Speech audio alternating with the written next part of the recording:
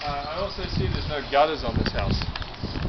Since there are no gutters, I'm going to recommend that they install gutters, and that the gutters get directed away from the foundation of the house. I also see, as I walk up, all the landscaping is sloped towards the house. Okay, that's not good. I want it to all be sloped away from the house. In this case, the house sits up very high, and it's got a concrete apron around the base. Lack of a better term, kind of a concrete verge, keep the water away. So probably not going to be overly concerned about this one, but it is something I need to just make a note of. The windows, I see these are aluminum windows up there. Recommend that they have vinyl dual glazed windows put in this house. I can't see from here, so a single dual glaze, so I'm going to look at that upstairs. But aluminum windows it's not a good window because it's very conductive. Aluminum is a conductive material, so I'm going to recommend they replace these windows with a vinyl window or best case fiberglass.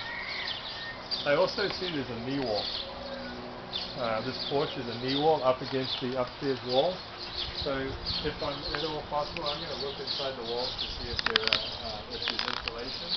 And the back side of these knee walls must be air-sealed. There must be some kind of air sealing going on. I do see a lot of cracking going on around the stucco. It looks like it's been done professionally. So I would assume the waterproofing behind that's probably pretty decent, but maybe recommend that they caulk all of those cracks just to stop any kind of air infiltration going on. Around the front door here, I'm going to check the seals around the door. Just make sure that the door's well sealed from the outside. We don't want to have daylight and be able to see daylight. It's actually easier to see that from the inside out. So when I get inside the house, I probably want to look out towards the daylight or the sunlight to see if I can see light through it. All the electrical. I'm going to always recommend that it gets changed out to CFL. This one has CFL, so that's good. I'm happy with that.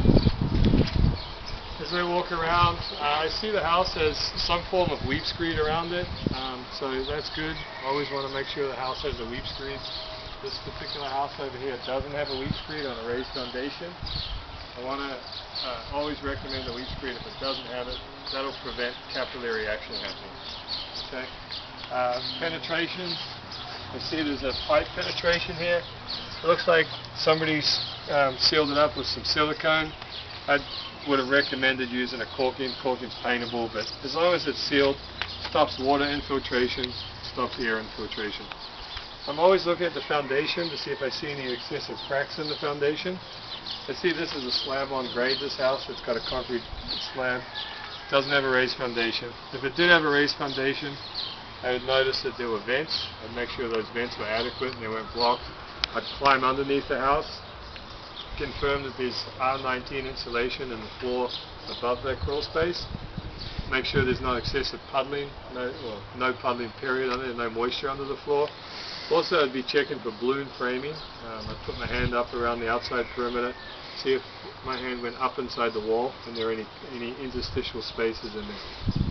Also, just look for general chases, plumbing penetrations, anything that goes up through the walls or floorboards. Anything will be sealed up under there. I see looks like a dryer vent. Yesterday I was here, I noticed it's quite loose, so I'd fix that, and I'd also make sure it's sealed around it so there's no infiltration of air going through it. I also want to check the flapper in it. It's got a flapper. I want to make sure the flapper's working, it does exist, and it's not all filled up with lint and not functioning. I see that there's a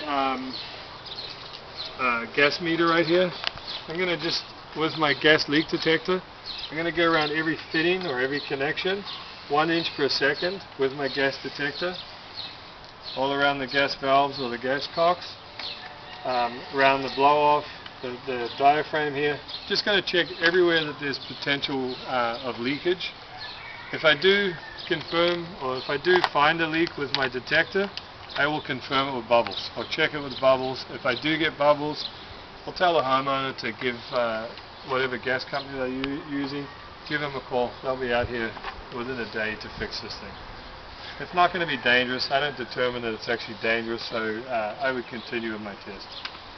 Just do a visual inspection of the electrical meters.